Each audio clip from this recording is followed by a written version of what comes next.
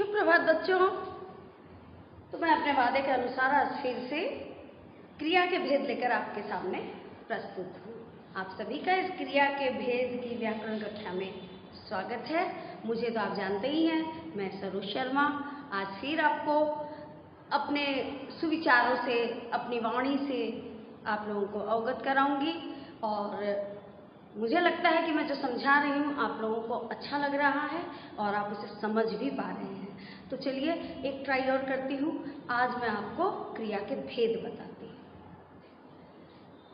तो बच्चों, क्रिया के दो भेद होते हैं, सकर्मक, ये क्रिया है, इसके दो भेद हैं, सकर्मक क्रिया और अकर्मक क्रिया। अब ये जानना बाकी है कि सकर्मक क्रिया क्या होती है और अकर्मक क्रिया क्या होती है। तो जो जैसा कि नाम है सकर्मक, स माने साथ, अ माने नहीं, तो सकर्मक जो होती है, कर्म जिसमें होता है, जो कर्म के साथ है वो सकर्मक, और जिसमें कर्म नहीं होता, जो कर्म के बिना है, वो अकर्मक। तो हम इसे कैसे पढ़ेंगे? प्रश्न, जब हमें पता करना हो कि सकर्मक क्रिया कौन सी है सेंटेंस में और अकर्मक क्रिया कौन सी है, तो हम इसका पता कैसे करें? तो हम प्रश्न करें, यदि प्रश्न करने पर क्या, किसे, किसको ये उत्तर मिलता है तो सकर्मक क्रिया होती है। अब जान लें कि सकर्मक क्रिया भी दे बच्चों दो तरह की होती है। सकर्मक क्रिया खुद में भी, ये भी दो तरह की होती है। एक होती है एकर्मक,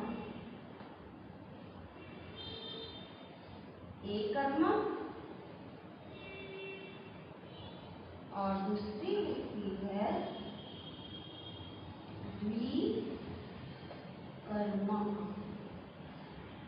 अब इसमें भी देखिए, आपको नाम से ही पता चलता है कि जिसमें एक कर्म होगा वो एकर्मक और जिसमें दो कर्म होंगे वो द्विकर्मक। तो सकर्मक क्रिया का पता करने के लिए हमें क्या करना है? प्रश्न करने पर क्या, किसे, किसको में उत्तर मिलता है तो वो सकर्मक क्रिया होती है, और यदि उत्तर नहीं मिलता है तो वो अकर्मक क्रिया होती है।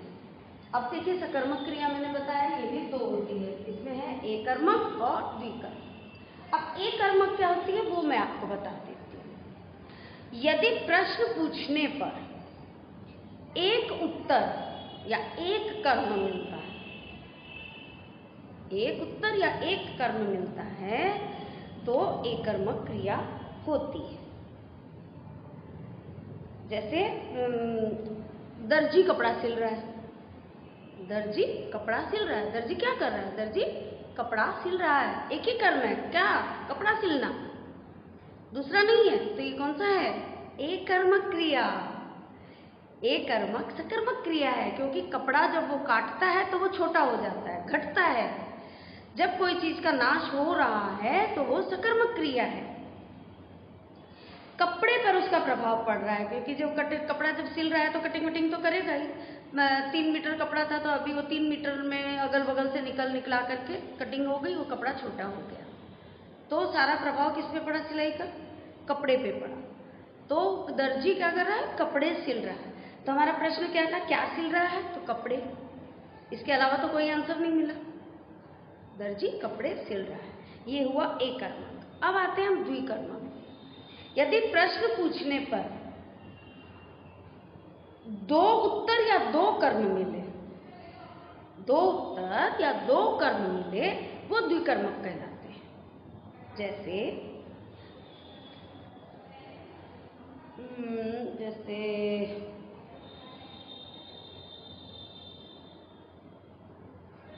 जैसे आया कि माताजी ने दुकान से सब्जी खरीदी। माताजी ने, किसने खरीदी? माताजी ने। क्या खरीदी? सब्जी खरीदी। किससे खरीदी? दुकान से खरीदी। कितने प्रश्न आ गए इसमें? इसमें कर्म दो से दो आ गए, तो ये क्या हुआ? ये द्विकर्मक हुआ, क्योंकि हम प्रश्न करते हैं क्या खरीदी, तो उत्तर मिलता है सब्जी। अच्छा, जब भी ऐसे दो कर्म आते हैं तो उसमें एक सजीव कर्म होगा और एक निर्जीव कर्म होगा। तो अब से कि माता जी ने दुकानदार से सब्जी खरीदी, माता जी ने क्या खरीदी? सब्जी। सब्जी क्या है? निर्जीव। किससे खरीदी? दुकानदार से। दुकानदार क्या है? सजीव। जब भी दो कर्म होंगे उसमें एक सजीव और एक निर्जीव जरूर होता है।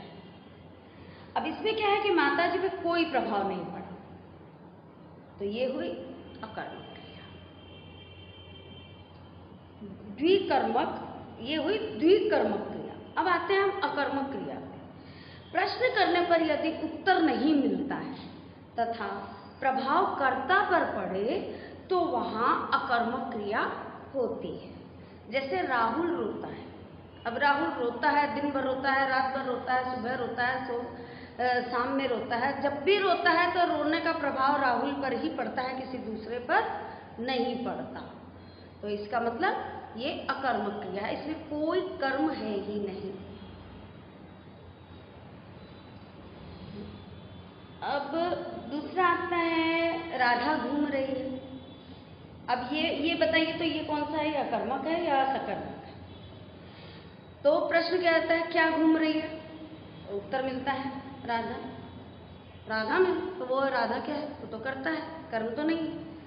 यदि वाक्य में क्रिया से पहले क्या लगाकर प्रश्न करने से कल्पना के आधार पर उत्तर निकल जाता है तो क्रिया जन्म से ही सकर्मक होती है। जब हम क्रिया से क्या लगाकर प्रश्न करते हैं और उत्तर मिल जाता है, यानी वो वाक्य तो सकर्मक है ही, जन्मजात सकर्मक है।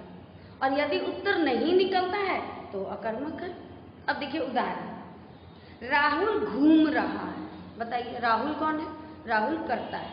घूमना करता ही कर रहा है, किसी और पे तो प्रभाव पड़ नहीं रहा है। राहुल दिन भर घूमे, रात भर घूमे, सुबह घूमे, शाम घूमे, जब भी घूमे राहुल को ही घूमना है। तो ये कौन सी क्रिया है? इसमें तो कोई कर्म है ही नहीं, इसमें तो सिर्फ करता है।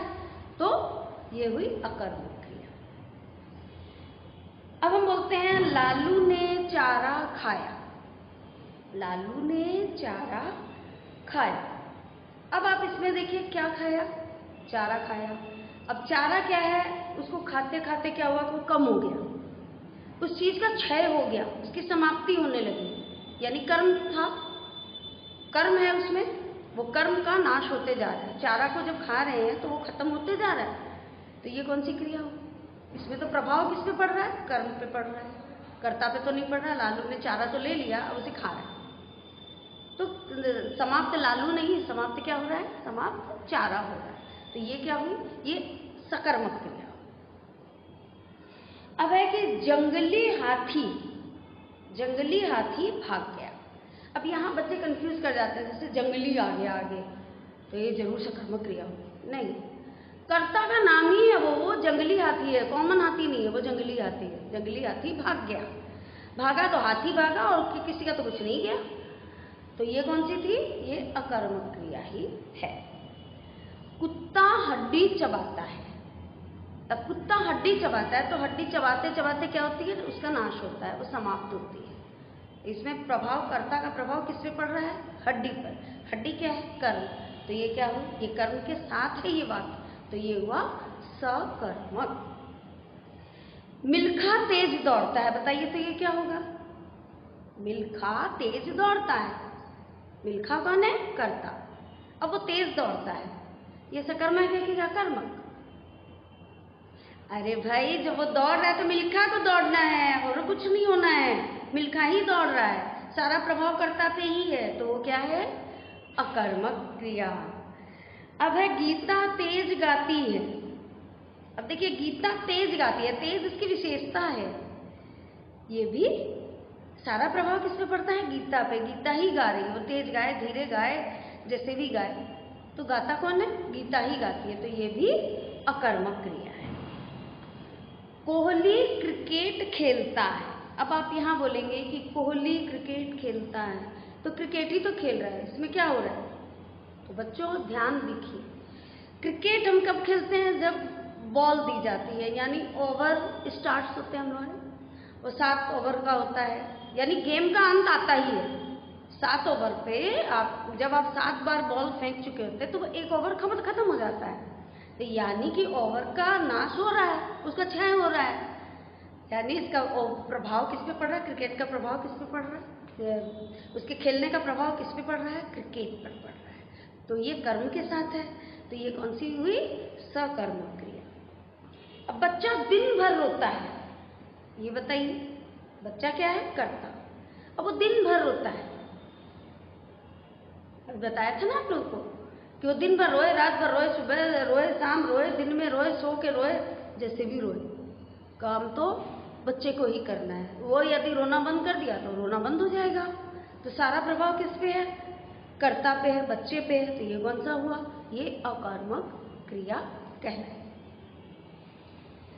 तो बच्चों समझ में आ गया होगा आप लोगों को सकर्मक और अकर्मक। इसे आप अच्छी तरह याद रखिए, क्योंकि एग्जाम में ये पूछा जाता है। तो ये वाक्य दे दिए जाते हैं और पूछा जाता है कि बताइए ये सकर्मक क्रिया है या अकर्मक। तो आप इस चीज को हमेशा ध्यान रखिए कि जिसमें कर्म होता है वो सकर्मक और जिसमें कर्म नहीं होता है वो अकर्मक। वैसे मैंने आपको 2 कदम ज्यादा ही बता दिया है आपके स्टैंडर्ड के अनुसार से कि सकर्मक क्रिया भी 2 होती है, एककर्मक और द्विकर्मक। जब वाक्य में एक ही कर्म मिलता है तो वो एककर्मक सकर्मक क्रिया होती है, और जब उसमें दो कर्म मिलते हैं, 2 उत्तर मिल जाते हैं हमें, तो वो द्विकर्मक क्रिया कहलाती है। तो क्रिया आपके समझ में आ गई होगी, कारक समझ में आ ही गए थे।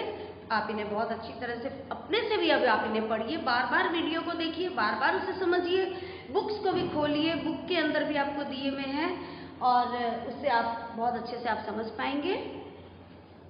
और फिर मैं आपको ये वर्कशीट दूंगी जिसे आपको बनाने में बहुत आसानी होगी। धन्यवाद।